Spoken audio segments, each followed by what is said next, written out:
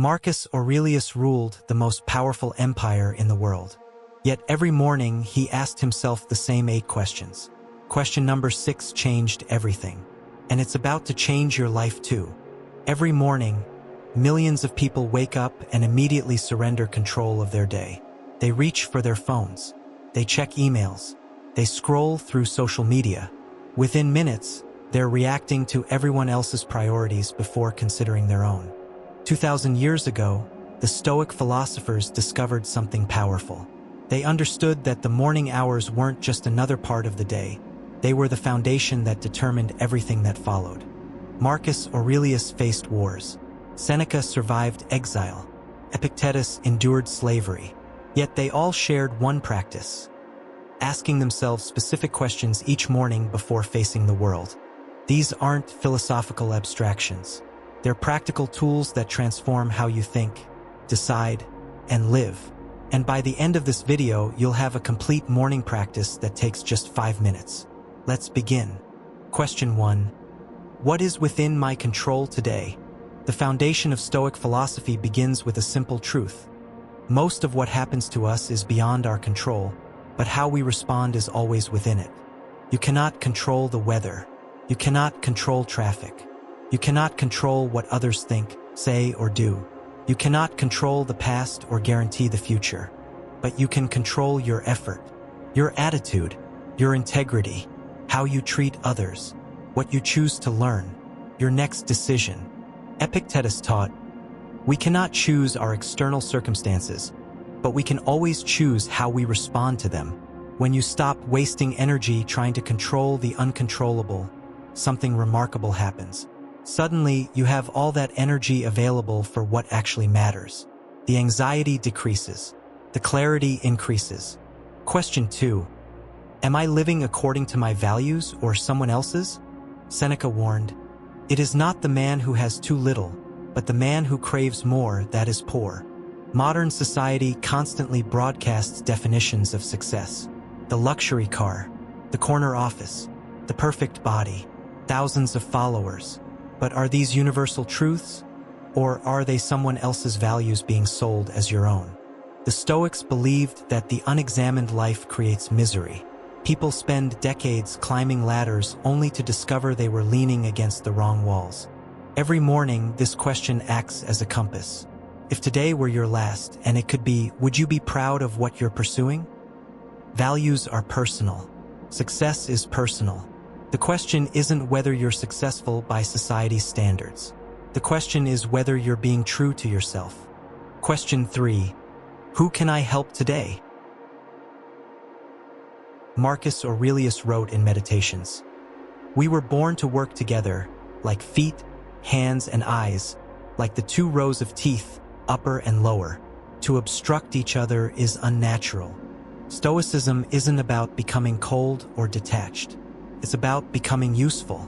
The Stoics understood that humans are social creatures, interconnected like cells in a body. Something transformative happens when you start each day asking who you can help. Your own problems shrink in proportion. Connections deepen. Meaning emerges where emptiness existed. It doesn't require grand gestures. A message to someone struggling. Assistance on a project. Actually listening when someone speaks. Viktor Frankl discovered in concentration camps, those who have a why to live can bear with almost any how. Helping others provides that why. Question 4. What am I grateful for right now? Epictetus taught, he is a wise man who does not grieve for the things which he has not, but rejoices for those which he has. Human brains evolved to focus on threats and problems. This kept our ancestors alive but keeps modern people miserable. It's called the negativity bias. The Stoic antidote is simple. Before your feet touch the floor, identify 3 things worthy of gratitude. Not just listing them, genuinely feeling them. Not a house. Instead, a warm bed that kept me safe throughout the night while I slept. The Stoics faced genuine tragedies. They weren't practicing toxic positivity. They understood that even in darkness, light exists if you search for it. Gratitude is a muscle. The more you use it, the stronger it becomes. And the stronger it becomes, the more you see. Question 5. What would I do if I weren't afraid? Marcus Aurelius constantly reminded himself, you have power over your mind, not outside events. Realize this, and you will find strength. Fear imprisons more people than any physical cage. Fear of failure, fear of judgment, fear of loss, fear of change. So people play small, stay comfortable, postpone their real lives. But courage isn't the absence of fear, it's action despite fear. The Stoics knew this intimately. They faced real dangers while teaching this principle. Starting that business, having that difficult conversation, creating that art, setting that boundary, asking for that opportunity, pursuing that dream. Seneca observed, we suffer more in imagination than in reality. Most fears never materialize. And even when they do, humans are usually resilient enough to handle them. The person you want to become is waiting on the other side of that fear. The only question is whether you'll go meet them. Question 6. Am I responding or reacting? This question saved Marcus Aurelius while ruling Rome with absolute power. Reacting, automatic, emotional, unconscious, controlled by external events. Responding, intentional, thoughtful, conscious, controlled by internal wisdom. Between every stimulus and response exists a space. In that space lies human freedom. The Stoics practiced expanding that space daily. Someone cuts you off in traffic. How will you respond? A boss criticizes your work. How will you respond? A loved one says something hurtful. How will you respond? Most people react. They let external events control internal states. They're puppets, and everyone else pulls their strings. But those who ask this question every morning develop awareness. And awareness is the first step toward freedom. Question 7. What am I tolerating that I shouldn't? Seneca was direct. To endure damage is to encourage it. The Stoics taught acceptance of what cannot be changed. But they weren't doormats. There's a critical difference between accepting the uncontrollable and tolerating the unacceptable. Every morning, scan your life. What are you putting up with? Relationships that drain energy, jobs that crush the spirit, habits that don't serve growth, clutter, physical and mental, people who show disrespect, boundaries left unset. The Stoics believed in voluntary discomfort, choosing to face hard things now rather than suffering from avoiding them later. That difficult conversation being avoided isn't disappearing. That boundary needing to be set, the resentment is building. What you tolerate, you teach. You teach others. You teach yourself.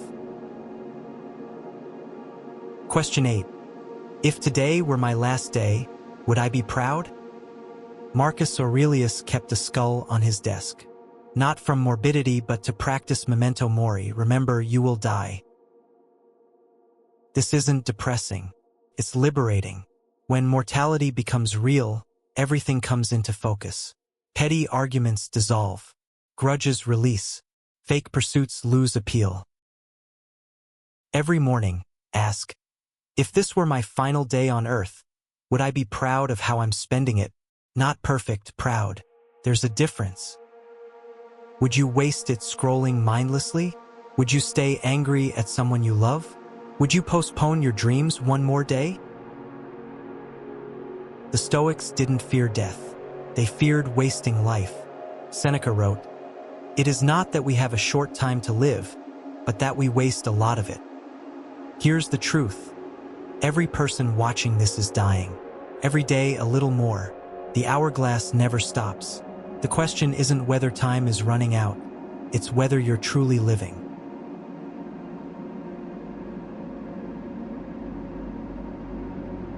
"5 minutes. That's all." The person who watches this video and does nothing will be in the same place a year from now. Still reacting, still scattered, still postponing their real life. But the person who practices these questions daily, that person becomes unstoppable.